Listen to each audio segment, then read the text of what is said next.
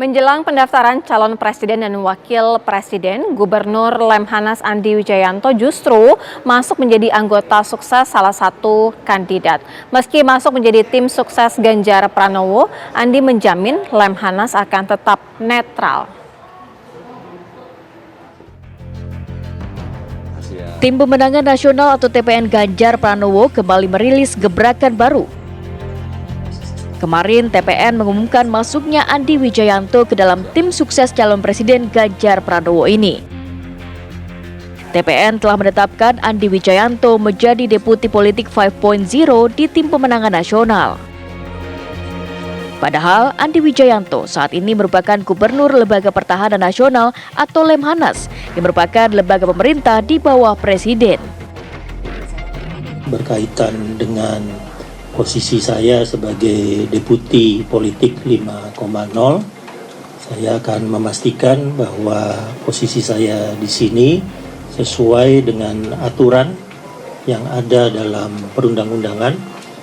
Lemhanas itu adalah lembaga pemerintah non-kementerian, LPNK, yang pejabat gubernurnya boleh melakukan atau terlibat dalam tim kampanye dengan aturan-aturan yang ada. Meski menjadi anggota tim sukses, Sekjen PDIP Hasto Kristianto menyebut bahwa Lemhanas akan tetap netral. Sehingga ini merupakan hal yang sangat strategis, sehingga tidak mungkin hal tersebut tanpa dikonsultasikan dengan Bapak Presiden Jokowi. Sehingga yang penting mulai hari ini sudah bekerja dan Mas Andi tetap akan menjaga dan memastikan bahwa Lemhanas itu tetap netral. Itu yang paling penting. Lemhanas dikenal sebagai lembaga pengkajian dan pendidikan. Meski tidak dilarang, Lemhanas selama ini dikenal cukup netral dan tidak memihak kepentingan politik tertentu. Dari Jakarta, tim TV One mengabarkan.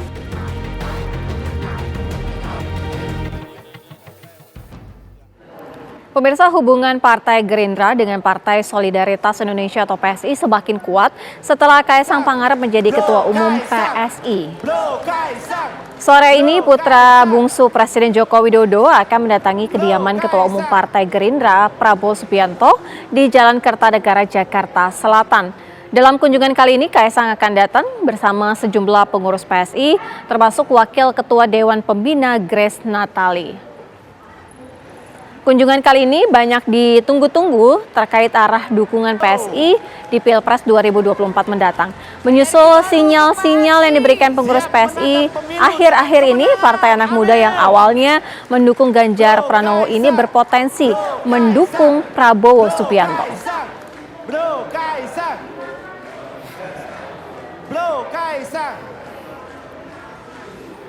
Dan untuk mengetahui informasi selengkapnya tentang pertemuan antara Kaisang dengan Prabowo, ada rekan kami Zinka Neila langsung dari kediaman Prabowo Subianto di Jakarta Selatan. Zinka dengan informasi selanjutnya.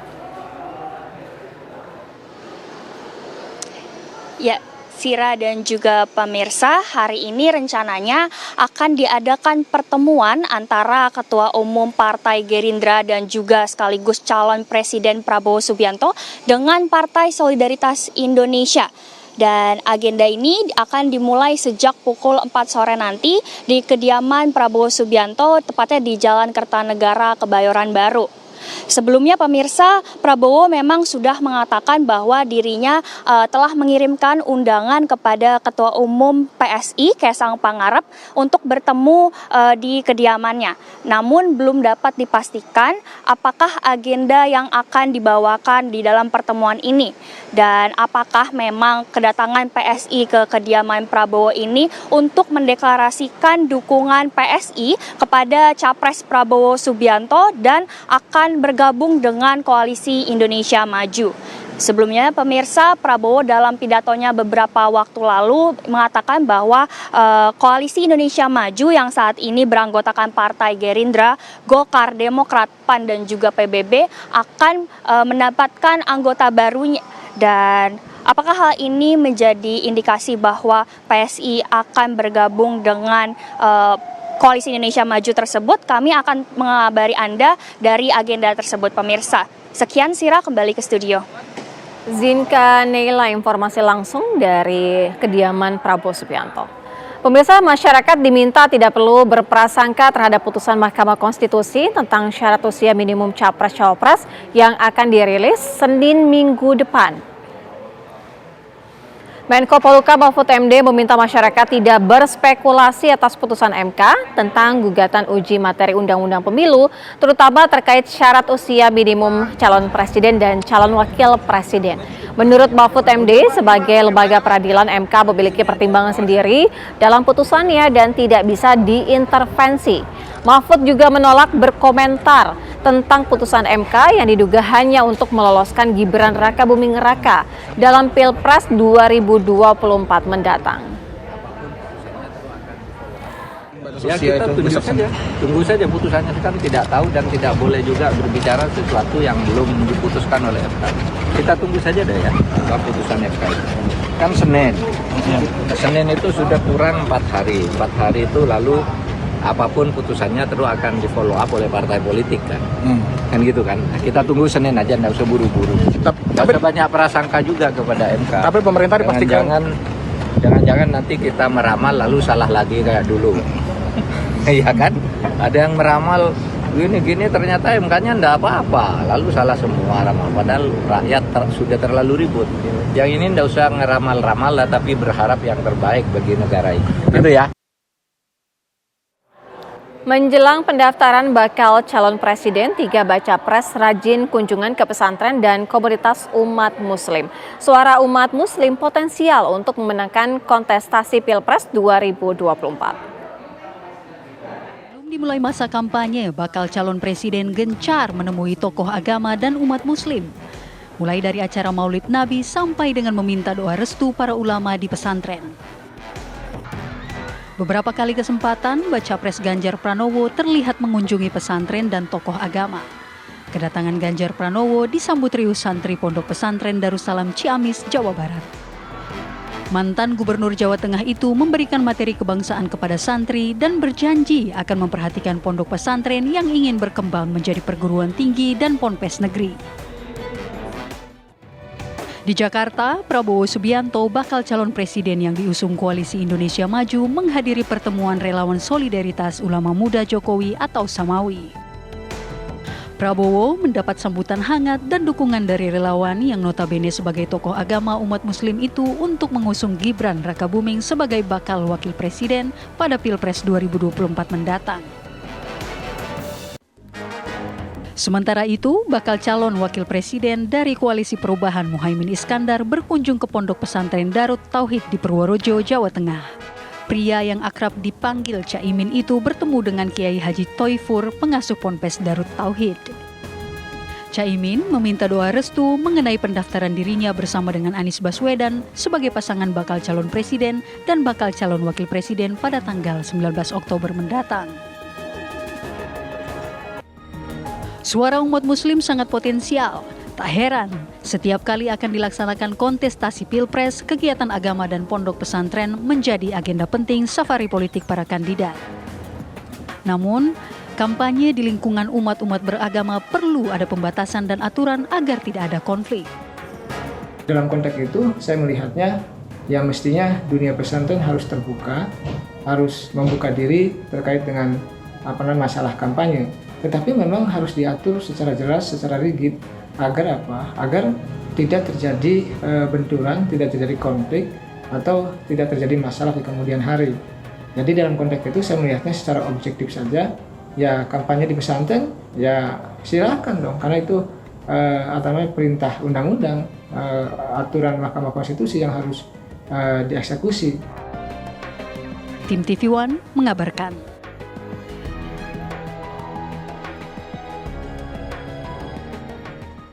Pemirsa, kabar pemilu segera kembali dengan sejumlah informasi penting lainnya usai jeda.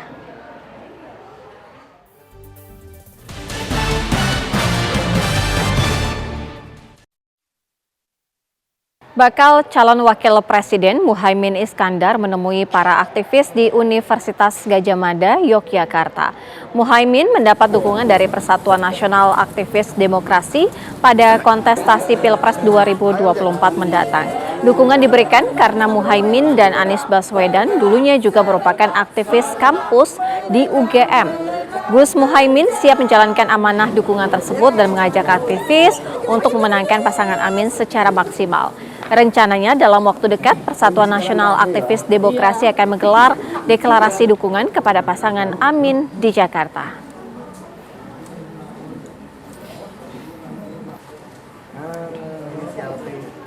Pemirsa, di tengah ramainya polemik antara pedagang online dan pedagang konvensional, bakal calon Presiden Ganjar Pranowo turut berbicara mengenai strategi agar produk UMKM tetap berkembang. Ganjar Pranowo berjanji memberikan fasilitas kepada para pelaku UMKM agar bisa masuk ke pasar digital dengan cara memberikan pelatihan bagaimana tata cara berjualan online.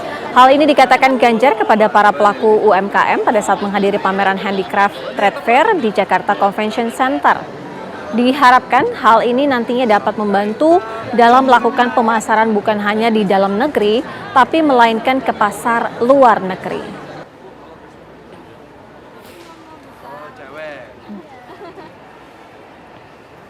Bakal calon Presiden Koalisi Indonesia Maju, Prabowo Subianto menerima dukungan oleh Persaudaraan Aktivis 98 di rumahnya yang berada di Kertanegara, Kebayoran Baru, Jakarta Selatan. Prabowo menemui Persaudaraan Aktivis 98 yang memberikan dukungan terhadap Prabowo Subianto. Pertemuan Prabowo dengan Persaudaraan Aktivis 98 berlangsung tertutup. Bakal calon presiden dari Koalisi Indonesia Maju, Prabowo Subianto mengapresiasi dukungan yang diberikan oleh Persaudaraan Aktivis 98. Meski pernah dalam posisi berseberangan, para aktivis menilai sosok Prabowo Subianto mampu meneruskan program pemerintah untuk memajukan bangsa Indonesia. Terima kasih dapat lukisan ini.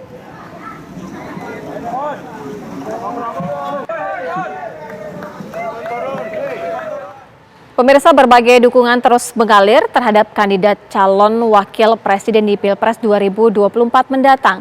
Di Los Angeles, Amerika Serikat, para diaspora mendukung Prabowo Subianto, sementara keluarga Raja dan Sultan di Sampit menyatakan dukungan terhadap Ganjar Pranowo.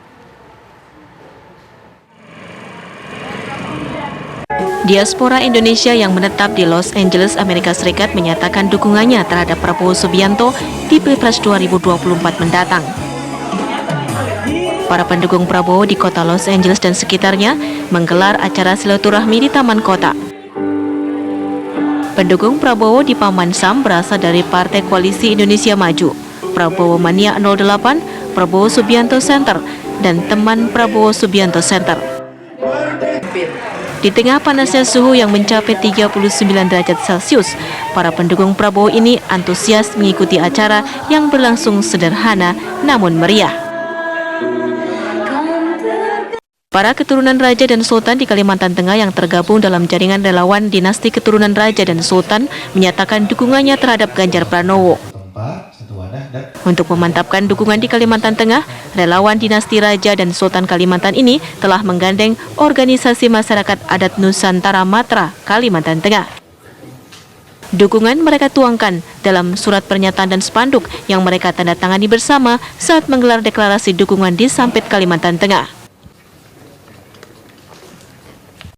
Pengurus Dewan Pimpinan Cabang DPC Partai Gerindra Kabupaten Kudus, Jawa Tengah mendeklarasikan dan mengusulkan Gibran Rakabuming Raka untuk mendampingi Prabowo Subianto pada pemilihan Presiden 2024. Deklarasi tersebut dilakukan di kantor DPC Partai Gerindra Kudus, Kecamatan Bae, Kabupaten Kudus. Hadir dalam deklarasi tersebut pengurus ranting, PAC, dan sayap partai. Semua jajaran pengurus hingga tingkat bawah sudah sepakat untuk mengusulkan putra sulung Presiden Jokowi tersebut sebagai pasangan Prabowo Subianto maju Pilpres 2024. Tim TV One mengabarkan. Pemirsa, kabar pemilu segera kembali usai jeda.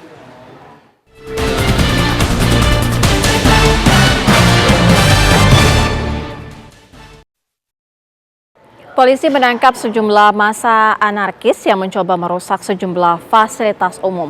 Hal ini dilakukan dalam simulasi oleh pihak kepolisian menjelang pemilu 2024. Kericuhan terjadi antara polisi dan massa yang terjadi di gedung KPU Yogyakarta. Massa tidak terima dengan hasil rekapitulasi dan menggelar unjuk rasa sebagai bentuk protesnya. Mereka mencoba masuk gedung KPU dan dihalau oleh petugas. Massa pun berbuat anarki sehingga petugas mengamankan para provokator dan mengendalikan massa dengan mengerahkan alat water cannon.